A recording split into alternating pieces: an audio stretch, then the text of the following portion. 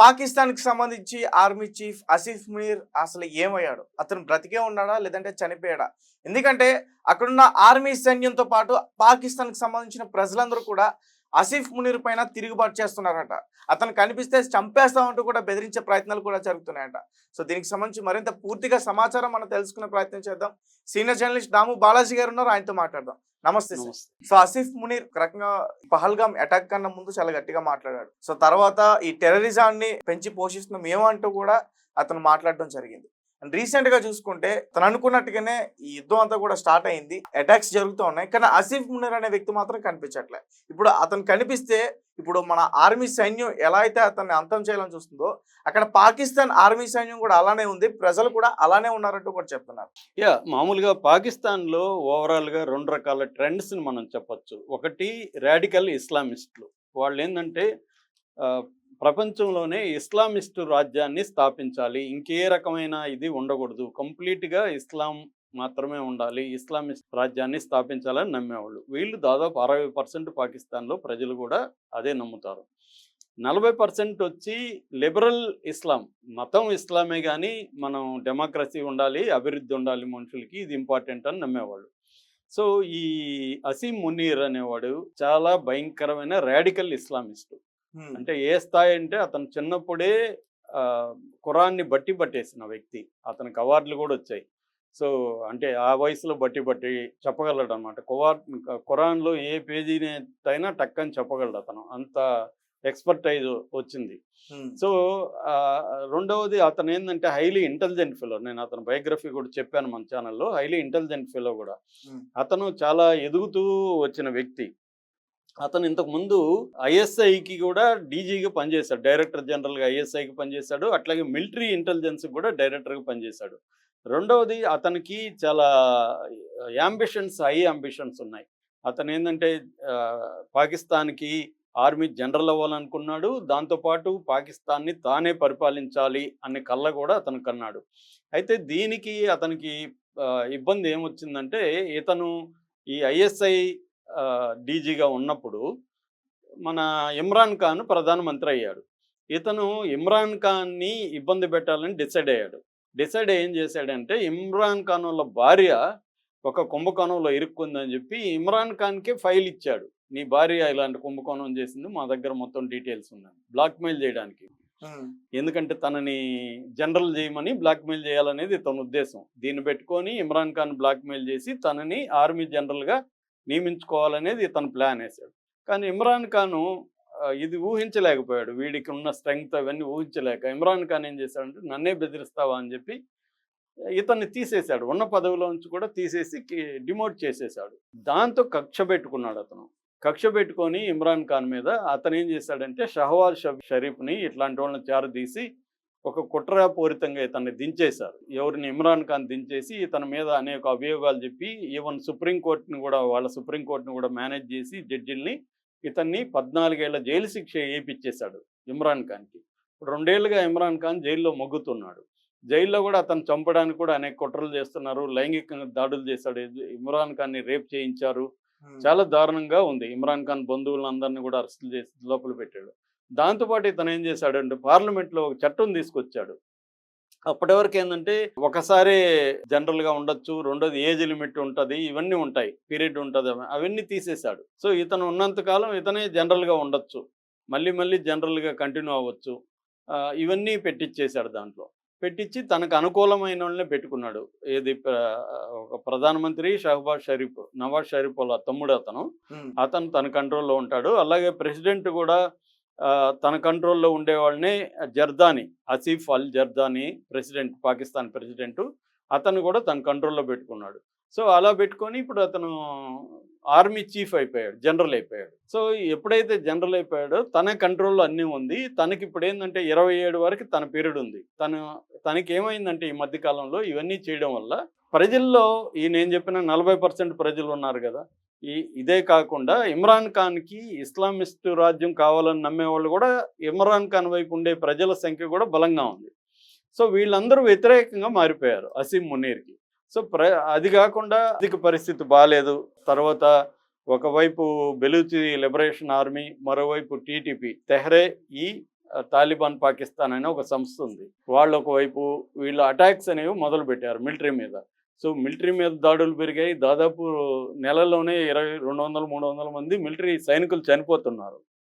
మరోవైపు ప్రజల్లో అసంతృప్తి, మరోవైపు ఇమ్రాన్ ఖాన్ పార్టీ బ్యాచ్ అంతా వ్యతిరేకం. వాళ్ళు పెద్ద ఎత్తున వీధుల్లోకి వచ్చి ఎప్పుడూ లేనంత స్థాయిలో వాళ్ళు ధర్నాలు, రాస్తారోకోలు చేస్తున్నారు. వాళ్ళని ఏ మిలిటరీ కూడా ఆపలేకపోతుంది.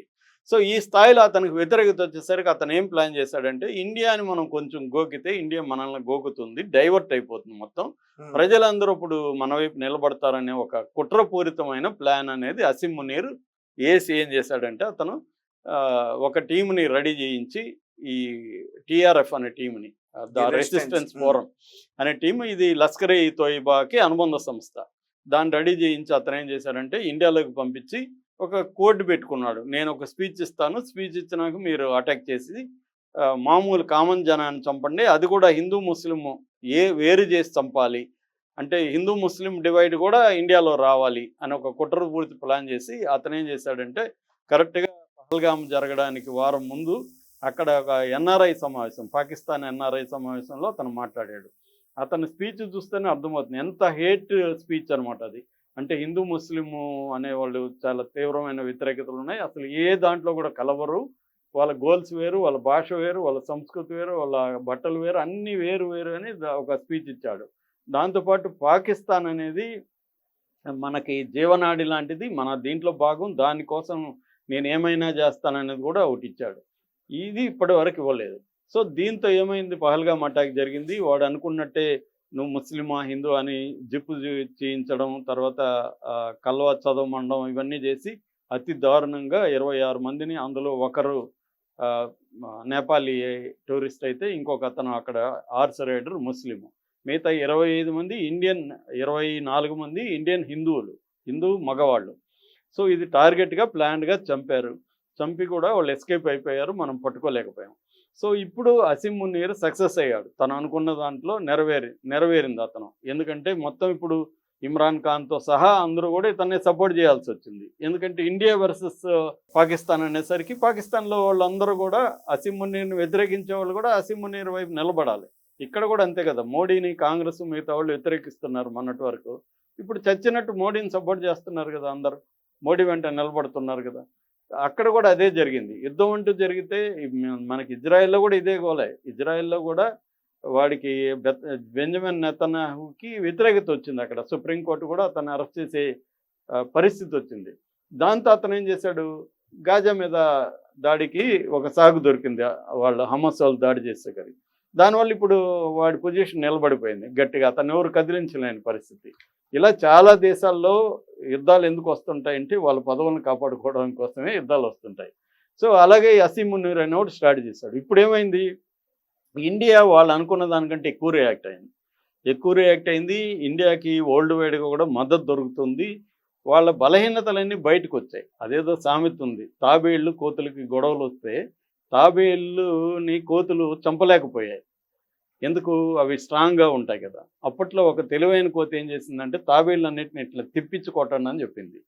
తాబేళ్ళన్నిటిని తిప్పించి కొట్టేసరికి అన్ని తాబేళ్ళు చనిపోయినాయి. అలాగే అంటే బలంగా కనబడేది ఒక్కొక్కసారి చిన్న వ్యూహంతో నీ బలహీనతగా మారిపోతుంది. అలాగా ఇప్పుడు ఇండియా ఏం చేసింది, దాని బలహీనతను బయటపెట్టింది. పాకిస్తాన్ ఎంత వీక్గా ఉంది, మేము అనుకుంటే ఏదైనా కొట్టగలం, మీరు అనుకుంటే మా దగ్గర ఏమీ కొట్టలేరు అనేది నిరూపించేసింది. ఆపరేషన్ సింధూర్తో కరెక్ట్గా మనం వాళ్ళ భూభాగంలోకి, వాళ్ళ స్కైలోకి వెళ్లకుండానే ఇండియాలో నుంచే, హర్యానా దీంట్లో బేస్లో నుంచి, ఎయిర్ బేస్లో నుంచే మనం వాళ్ళ అనుకున్న టార్గెట్ని అక్యురేట్గా కొట్టగలిగాం. అది కూడా 25 నిమిషాల్లో 9 సెంటర్లో కొట్టడం అనేది మాటలు కాదు, అక్యురేట్ కొట్టి మళ్ళీ వెనక్కి రాగలిగాం. ఇది పెద్ద సంచలనంగా మారిపోయింది. దాని తర్వాత వాళ్ళు ఏం చేశారు, మన ఎల్ఓసి దగ్గర లైన్ ఆఫ్ కంట్రోల్ అంటాం, కాశ్మీర్ బార్డరు, ఆ బార్డర్ దగ్గర మన విలేజెస్ మీద దాడి చేయడం, మన సైనికుల మీద దాడి చేయడం మొదలుపెట్టారు. దాని తర్వాత వాళ్ళు మిసైల్స్ని, డ్రోన్స్ని, మన Indian radar systems and military installation మీద అటాక్ చేశారు. దాంతో ఇండియా కూడా రెడీ అయింది. ఇండియా వాళ్ళ కరాచీ మీద, లాహోర్ మీద, పెషావర్ మీద, ఈవెన్ ఇస్లామాబాద్ వాళ్ళ ప్రధానమంత్రి షహబాజ్ షరీఫ్ ఇంటికి 20 కిలోమీటర్ల దూరంలో కూడా అటాక్ చేయగలిగాం. సో దీంతో వాళ్ళకి మొత్తం పాకిస్తాన్లోనే ఒక అల్లకల్లోలు మొదలైంది. ఆల్రెడీ మిలిటరీలో ఇతనికి వ్యతిరేక వర్గం బలంగా ఉంది. ఎందుకంటే ఇతనికి ఇంకొక మిర్జా అని ఇంకొక జనరల్ ఉన్నాడు. అతను నెక్స్ట్ జనరల్ అవ్వాలి. అతని వర్గం కూడా బలంగా ఉంది. సో వాళ్ళందరూ ఇప్పుడు తిరుగుబాటు చేశారు. ఆల్రెడీ ఒక 5,000 మంది రిజైన్ చేశారని కూడా వార్తలు వచ్చాయి. దాన్ని బయట పెట్టట్లేదు. అందులో 250 మంది అధికారులే ఉన్నారు, మిలిటరీ అధికారులు. సో వీళ్ళు ఇప్పుడు తిరుగుబాటు చేసి తనని అరెస్ట్ చేశారనే వార్త ఇప్పుడు వైరల్ అవుతుంది. ఎందుకంటే మునీర్ అనేవాడు గత 20-30 రోజుల నుంచి ఆ రోజు మాట్లాడాడు కదా, ఆ సమయం మళ్ళీ కనబడలా. కానీ ఒక ఫోటో రిలీజ్ చేశారు.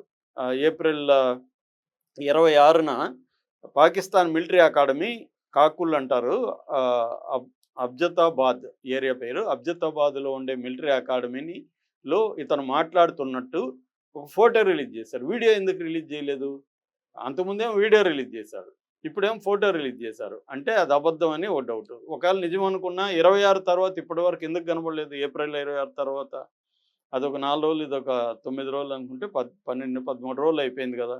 ఎందుకు అతను కనిపించట్లేదు? ఎందుకంటే ఇంత టెన్షన్ సిచ్యువేషన్లో అతను ప్రజలకి మిలిటరీకి ధైర్యం చెప్పి చేయాలి కదా, అతను చేయట్లేదు. అంటే అతను అరెస్ట్ చేసేశారు, ఎమర్జెన్సీ పెట్టేశారు. తర్వాత ఇతను ఇందాక చెప్పిన షాహిర్ షంషద్ మిర్జానే ఇప్పుడు ఇన్ఛార్జిగా ఉంటున్నాడు. అతనే పగ్గాలు తీసుకున్నాడు.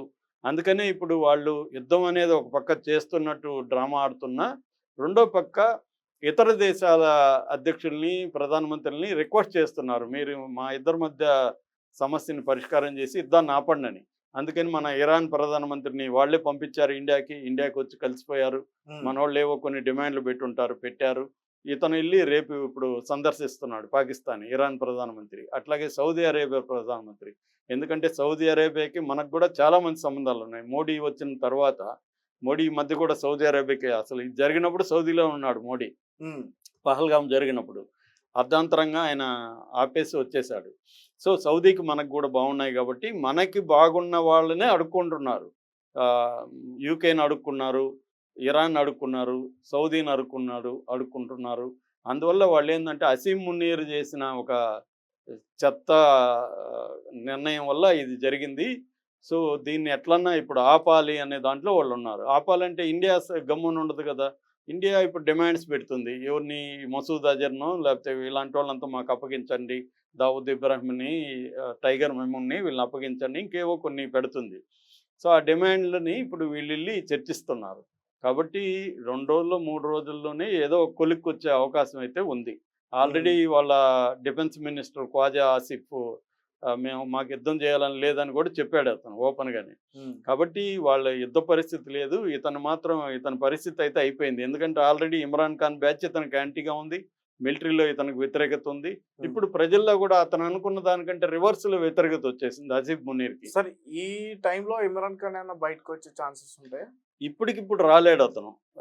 అతను రావాలంటే వాళ్ళ పార్టీ మళ్ళీ ఎలక్షన్లు జరిగి వాళ్ళ పార్టీ అధికారంలోకి వస్తే కానీ అతను రాలేడు. ఎందుకంటే అతనికి సుప్రీంకోర్టు 14 ఏళ్ళు శిక్ష వేసింది.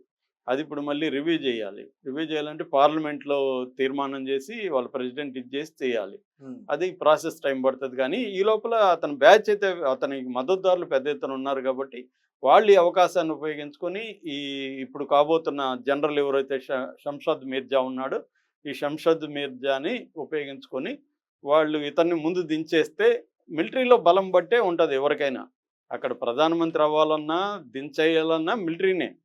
కాబట్టి మిలిటరీలో ఇప్పుడు మార్పులు జరిగాయి. అసీం మునీర్ని అరెస్ట్ చేశారనే వార్త వైరల్ అవుతుంది. అది జరిగితే ఇండియాకి కూడా గుడ్ న్యూసే. ఎందుకంటే అసీం మునీర్ ఒక మూర్ఖుడు, వాడు చదువుకున్న తెలివైన మూర్ఖుడు. వాడు కరెక్ట్గా సిచ్యువేషన్, ఎవరితో గొడవ పడాలని ఒక ఐడియా ఉండాలి కదా.